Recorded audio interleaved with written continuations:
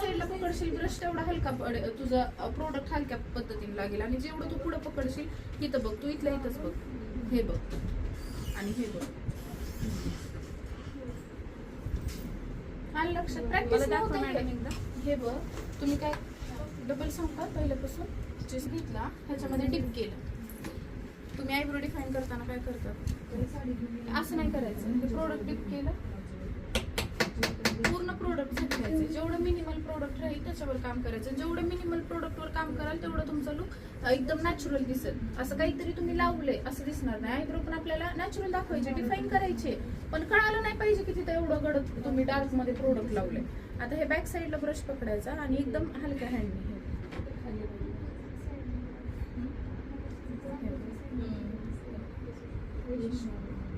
तेवढ्या बॅक साईडला ते ब्रशच पकडता येईल. नाही येतो प्रॅक्टिसने. बॅक साईडलाच ब्रश पकडायचा